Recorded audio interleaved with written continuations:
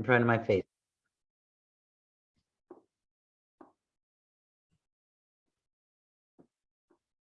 Hi, my name is Barbara, and I am using the internet for this message to you. I know that sounds obvious, but a year ago, I couldn't have said that.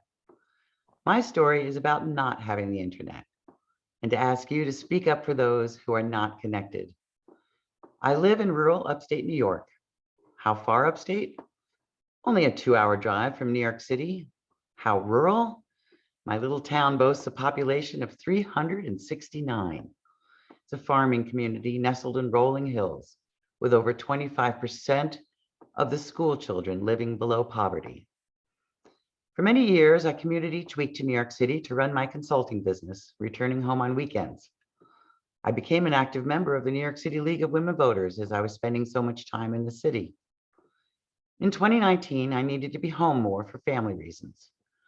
I said goodbye to my New York City life, to my many friends at the League, and to the internet. I also had to say goodbye to my business. Not having the option of internet access meant I couldn't even maintain a part of my business since I couldn't connect with my clients. Putting my League skills into action of speaking up, I called the only internet provider in the area and was told that they would run a cable up our hill if they had 20 customers on our road. We don't even have 10 houses on our road, let alone customers. They told us it would cost $20,000 to run it. So between the cost to run poles and cables up our hills and the fact that there's not a big enough or rich enough population here to pay for it, we are not high on the list for internet providers. We also don't have cell towers off the highway, so our cell phone service is spotty at best. I called our legislators and learned that New York State had provided an incentive for local internet providers to run cable in rural areas. Our local provider at the time declined the offer. This lack of internet underscored why rural areas struggle to attract businesses or even a workforce. Then came the pandemic shutdown in 2020. Through our phone calls with friends and family, we heard about Zoom and YouTube and streaming things, but we couldn't participate. I was going crazy. This underscored what an essential lifeline the internet is for people who are feeling isolated. And it's not just critical for mental health.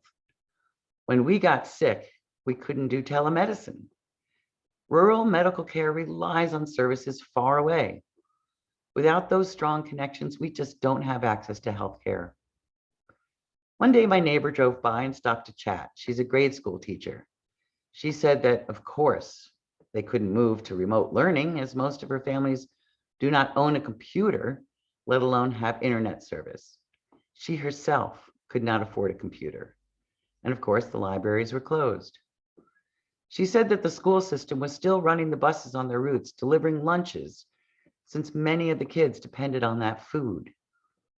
Each week, she was packing up paper assignments and books that were sent home to the kids via the empty school buses.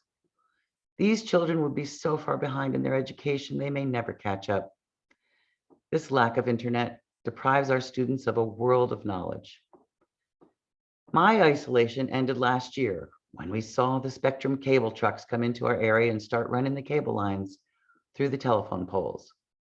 We thanked our legislators, we thanked the stars, we got wired, we got connected. I rejoined the New York City League of Women Voters because everyone was joining remotely. I got on Zoom and was able to virtually meet my new granddaughter born in Germany. I even got one client back. But I am one success story in my rural community because I can afford it. My neighbor still doesn't have a computer.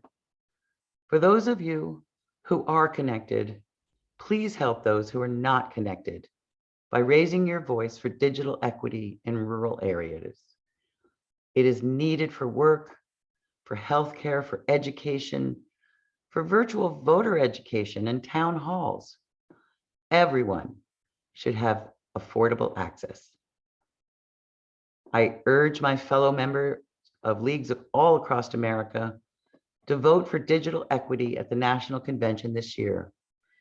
Voting yes will mean the National League will have a digital equity position, and that will mean every state and local league can advocate to support legislation that is a life and health necessity.